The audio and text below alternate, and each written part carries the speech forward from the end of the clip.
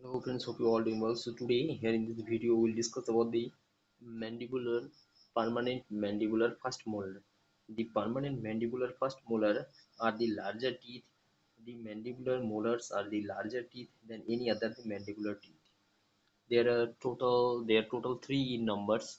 There are total three in numbers on each side of the mandible. On each side of the mandible. So mandibular first molar is the largest, and the mandibular, this is the mandibular buccal aspect of the mandibular first teeth. This is the lingual, mesial, and distal aspect. And the mandibular first molar is the largest teeth on the mandibular. In the mandibular, these are the largest teeth. It has five well-developed cusps, two buccal, two lingual, and one. It has five well-developed cusps: the two buccal, two lingual, and one distal cusp. It has two well-developed root. It has two well-developed root, uh, uh, one mesial and one lingual distal side. So the morphology of the buccal aspect.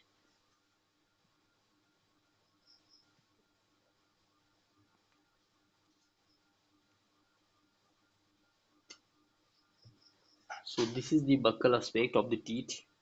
So, from the buccal aspect, the first mandibular molar is roughly trapezoidal. It is roughly trapezoidal, and the five cusps are seen from this view. From this view, the five cusps may be seen, and the developmental group appear as the crown portion. These groups are called as mesiobuccal and distobuccal developmental group. Mesiobuccal and distobuccal developmental group. The mesiobuccal, distobuccal, and distal cusp relatively flat, and the distal cusp is small and more pointed than either of the buccal cusp. And the cervical line is commonly regular. The cervix is smoothly convex, and the distal root is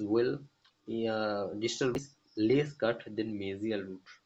The distal root is less curved than the mesial root.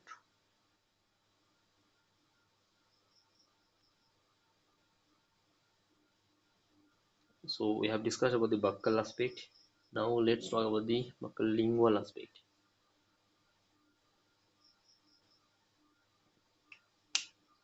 From this lingual aspect, three cusps may be seen. Three cusps may be seen, and the two lingual cusps, and the other two portion is of the distal cusp. And the lingual cusp are pointed, and the mesiolingual cusp are widest. And the mesial outline is convex, and the distal outline is straight. And the mesial outline is convex, and the cervical line is irregular. So buccal lingual, now the mesial aspect. The mesial aspect. Let's talk about the mesial aspect. From this aspect, two cusps, they are mesiobuccal and mesiolingual, and only one root is seen.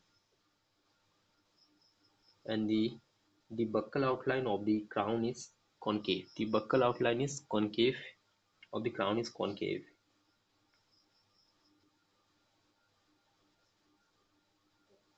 From the mesial aspect,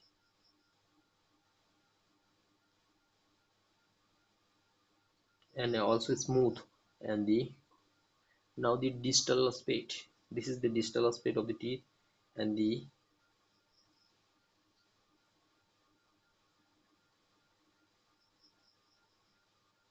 distal aspect. The gross outline of the distal aspect is similar to the mesial aspect. It also almost similar to the mesial aspect. And the distal marginal ridge is short, and the surface of the distal portion is of crown is convex.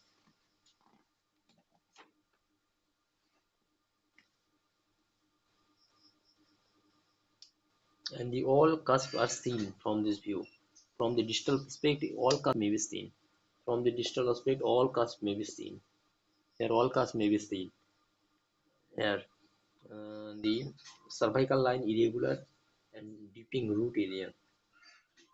Now the occlusal surface. This is the occlusal surface.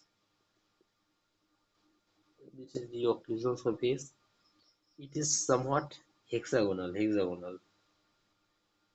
and the occlusal surface is formed by the cusp of ridges and the marginal ridges.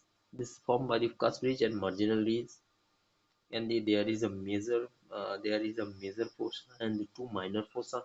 There are two major fossa and two minor fossa. The major fossa is central fossa. It is regular. It's roughly circular and it is centrally placed. The two minor fossa are the mesial triangular fossa,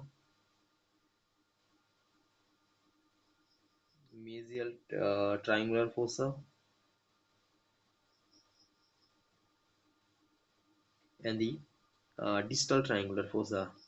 Distal triangular fossa. This is the distal triangular fossa, mesial triangular fossa, and this is the distal triangular fossa. And the developmental group on this surface are the central developmental group. Are the central developmental group.